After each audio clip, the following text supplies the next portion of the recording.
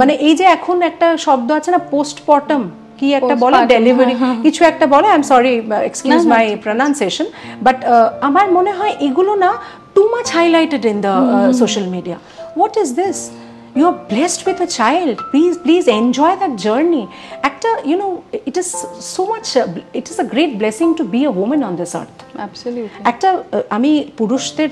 কোনো অর্থে ছোট করছি না কিন্তু একটা মহিলাকে না ঈশ্বর একটা স্পেশাল ক্ষমতা দিয়ে পাঠায় যে আমরা না সত্যি দশভুজা কেন আমার যখন দরকার হয়েছে আমি কিন্তু চাকরি ছেড়ে বাড়িতেই বসেছিলাম হ্যাঁ দুঃখ পেয়েছি মাথায় কি ছিল